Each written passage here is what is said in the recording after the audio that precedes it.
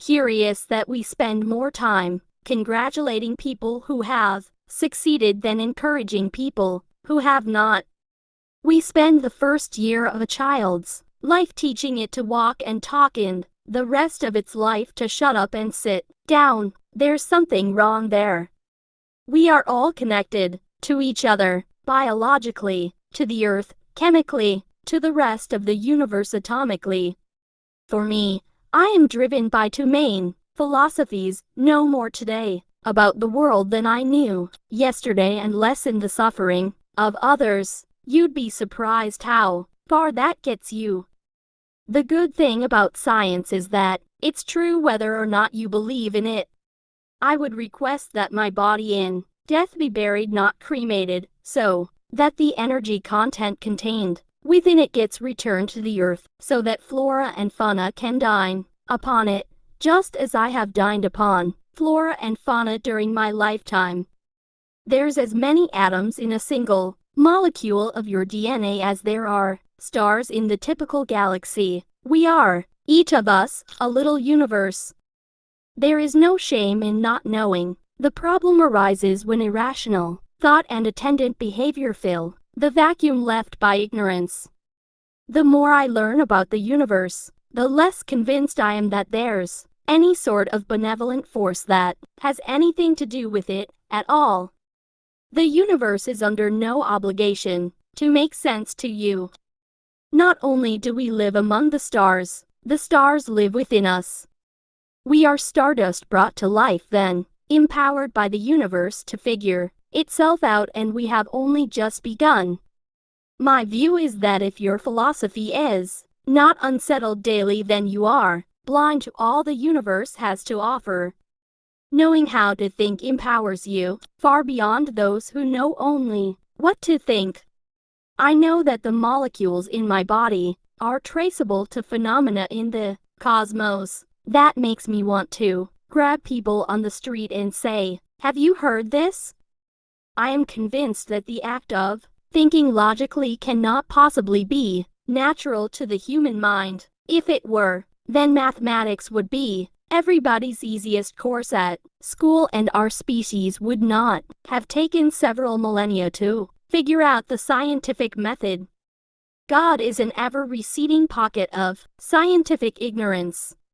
I want to put on the table not why 85% of the members of the National Academy of Sciences reject God. I want to know why 15% of the National Academy don't.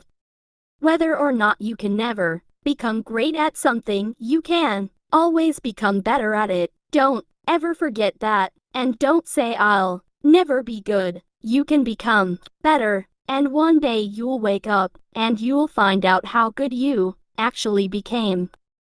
After all, what nobler thought can one cherish than that the universe lives within us all? Where ignorance lurks, so too do the frontiers of discovery and imagination. Ignorance is a virus. Once it starts spreading, it can only be cured by reason. For the sake of humanity, we must be that cure. We do not simply live in this universe. The universe lives within us. When scientifically investigating the natural world, the only thing worse than a blind believer is a seeing denier. The power and beauty of physical laws is that they apply everywhere, whether or not you choose to believe in them. In other words, after the laws of physics, everything else is opinion. Dinosaurs are extinct today because they lacked opposable thumbs and the brain power to build a space program. When students cheat on exams, it's because our school system values grades more than students value learning. Down there, between our legs, it's like an entertainment complex in the middle of a sewage system. Who designed that?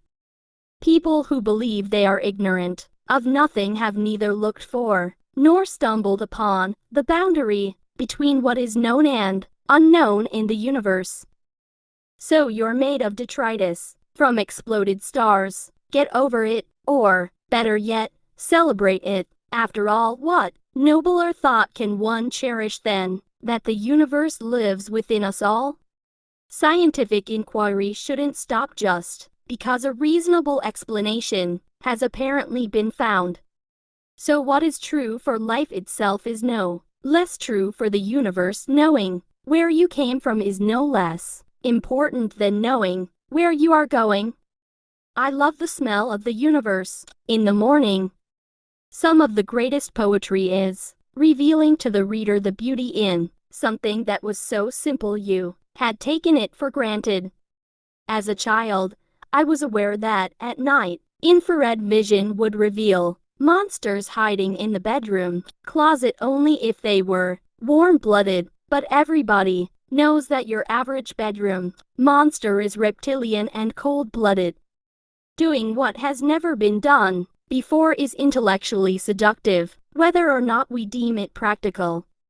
If you need to invoke your academic pedigree or job title for people to believe what you say, then you need a better argument. Every living thing is a masterpiece, written by nature and edited by evolution.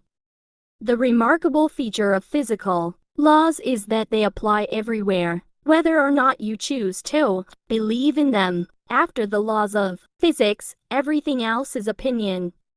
God is an ever-receding pocket of scientific ignorance that's getting smaller and smaller and smaller as time moves on.